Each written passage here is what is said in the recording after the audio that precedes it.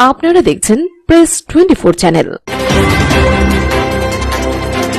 নিঃসন্দেহে নির্বাচনের পরিবেশ অনেক উৎসব এবং আনন্দমুখর।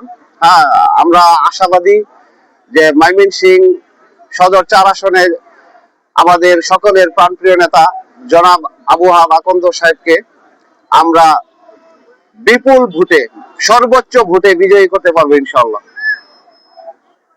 নিঃসন্দেহে অনেক ভালো মানুষ, বিগত আন্দোলন সংগ্রামে তিনি মাঠে সবার আগে আমাদেরকে নেতৃত্ব দিয়ে একতাবদ্ধ এবং ঐক্যবদ্ধভাবে আন্দোলন করে গিয়েছেন, যার জন্য আজকে আমরা আশাবাদী যে সর্বক্ষেত্রে আর কি জনাব আবু ওহাব আকন্দের বিকল্প এই মুহূর্তে ময়মনসিংহ সদর 4 আসনে আমরা কাউকে চিন্তা করতেছি না এবং চিন্তা করার অবকাশও নাই।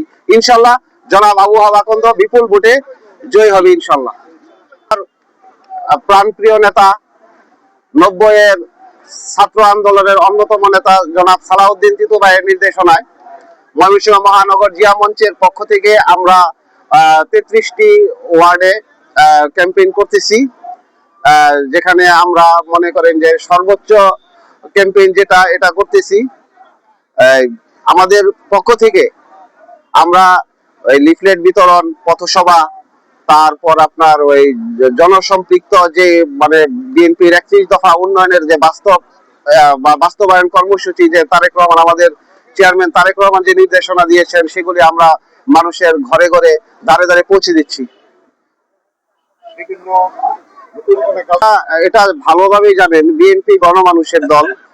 বিএনপিতে কোনো দুর্নীতি, চাঁদাবাজ এগুলির স্থান নাই। আমাদের চেয়ারম্যান জনাব তারেক রহমানের যে আপনার প্ল্যান, রাষ্ট্র পরিকল্পনার যে প্ল্যান, উনি কিন্তু বাংলাদেশে যখন যেদিন পদার্পণ করছেন উনি বলেছেন যে আই হ্যাভ এ প্ল্যান। হ্যাঁ, ওই প্ল্যানের মাঝে দুর্নীতি, চাঁদাবাজ, শোষণ মুক্ত, দারিদ্র মুক্ত উন্নয়ন এগুলি অবশ্যই অগ্রাধিকার পাবে। আর অন্যান্য দলের কথা বলছেন, আমরা দেখতে পাচ্ছি যে আপনারা অবশ্যই অবগত আছেন যে 5 তারিখের পর কিছু মানে দল, যেমন বলতে হয় যে আমি নামটা উল্লেখ করে বললাম এনসিবি, মানে অনেকেই বলে ন্যাশনাল সিটিজেন পার্টি, বাট আমি বলি ন্যাশনাল চিলড্রেন পার্টি।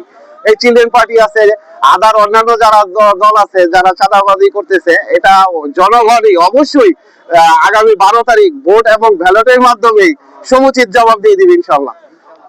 100% আশাবাদী আমরা জনাব আবু ওহাব আকন্দের জয়ের ব্যাপারে 100% আশাবাদী। এবং মনে করেন, আমি তো পূর্বেও বলছি যে বাংলাদেশে ইনশাল্লাহ সর্বোচ্চ ভোটে জনাব আবু ওহাব আকন্দ বিজয় নিশ্চিত হবে ইনশাল্লাহ।